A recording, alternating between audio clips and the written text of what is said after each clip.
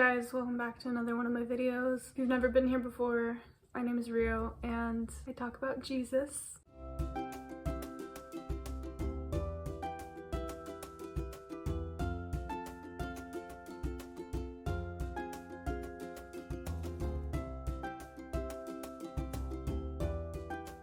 I just really got the feeling that I needed to make this video right now because it's pretty urgent. I have been having a lot of end times dreams. I've only actually recorded 2 of them and I posted them online. Each dream that I get, it feels like it's more urgent than the last. This is not coming from my imagination, because when I'm in my dream, I can feel the difference between my imagination and God designing something. So I had one 2 nights ago where I was for some reason in a spaceship flying to Mars, but on Mars it was like really icy for some reason. I saw a well and I saw a Muslim man coming out of this well, like as if he was resurrected from the dead or something. And this is the point in my dream where my imagination took the back seat and this was God, because I would never come up with something like this, you know? So basically God pointed to this man and told me that he's a significant player in this whole end times thing. I don't remember if he was like the Muslim Antichrist or Messiah, but I just got like this bad feeling about him. And I also heard the voice of God telling me that the well symbolized like the end times or something. So I feel like he was a rising out of the end times and he's a prominent figure and not a good figure. So that was the dream that I had just a few nights ago. And then last night I had a dream. So basically I was in Europe, and while I was in Europe, everyone around me was worshiping this object. And for some reason they called it pi. And they asked me, do you know what pi is? I said, yeah, 3.14. Like, what are you talking about?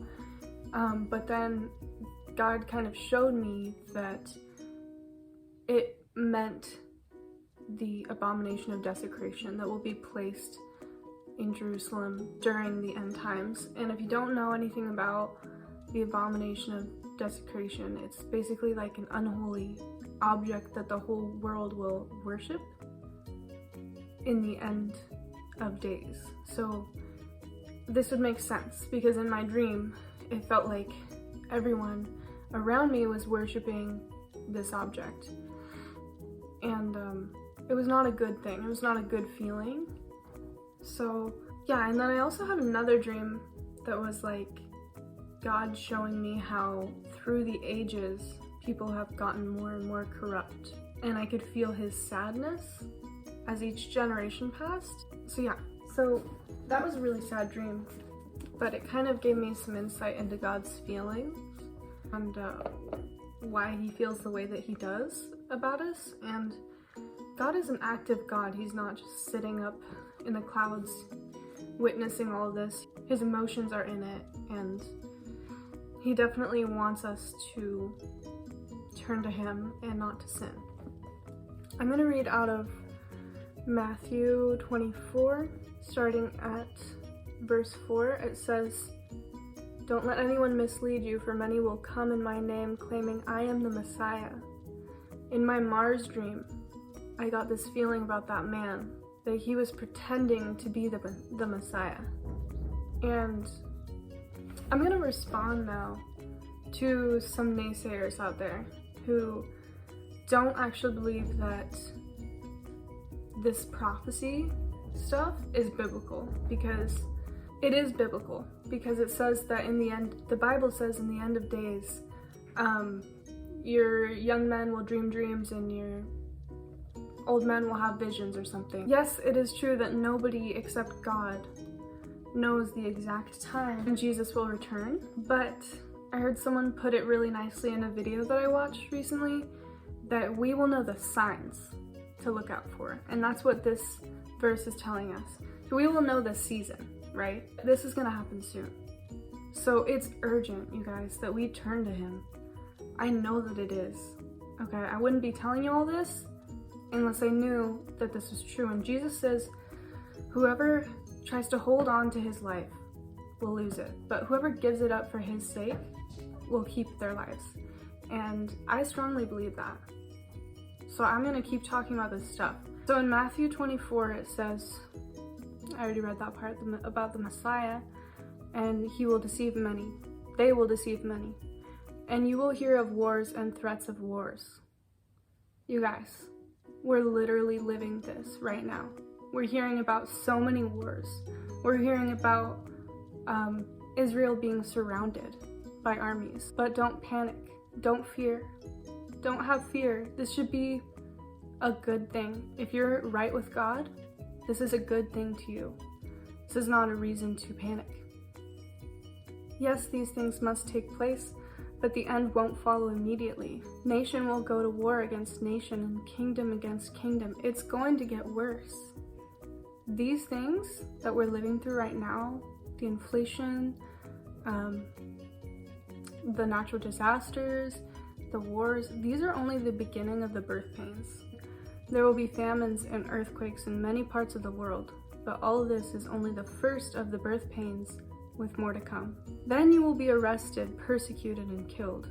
You will be hated all over the world because you are my followers. You guys, Jesus says that anyone who is ashamed of him, he will be ashamed of that person when he returns. Don't stop talking about God. Don't stop being proud to serve the highest King. And many will turn away from me and betray and hate each other. And many false prophets will appear and will deceive many people. Can you think of any false prophets who don't go off of this? This is our only source of truth, the Bible. If someone is telling you something that they just made up in their head, or if someone is giving you a prophetic word, but it seems kind of weird, like there's all these videos online of people saying, God told me this about you. And I'm not saying those people don't have prophetic gifts, but what they're doing isn't really biblical because they're kind of trying to use it for their own selfish gain. They're using that prophetic gift in order to get views. And I think you should be wary of people like that. Sin will be rampant everywhere, and the love of many will grow cold. Don't let your love grow cold. I see a lot of people these days turning away from God, turning away from good things, and turning away from love. But love, remember, is so important. It's what sets us apart. The one who endures to the end will be saved. This all of this has a reward in the end, you guys. We need to stop living as if we are only going to be alive today. Our lives are just like the blink of an eye for God. And if you can step outside your comfort zone to do things that are for the good of others and not just for immediate gratification, then you will grow as a person. You will be serving God. Do things for God, not for you. This channel is not for me, it's for God. It's literally just for God. And the good news about the kingdom will be preached throughout the whole world so that all nations will hear it, and then the end will come. This has already happened. Think of all the missionaries, okay? That's the white horse in the Bible. It means conquering, okay? We've already seen all the major continents inhabited by people, by Christians, and by people who proclaim the good news. The end times is like a list, a checklist, and slowly things have been checked off the list over time, but now things are getting checked off even faster.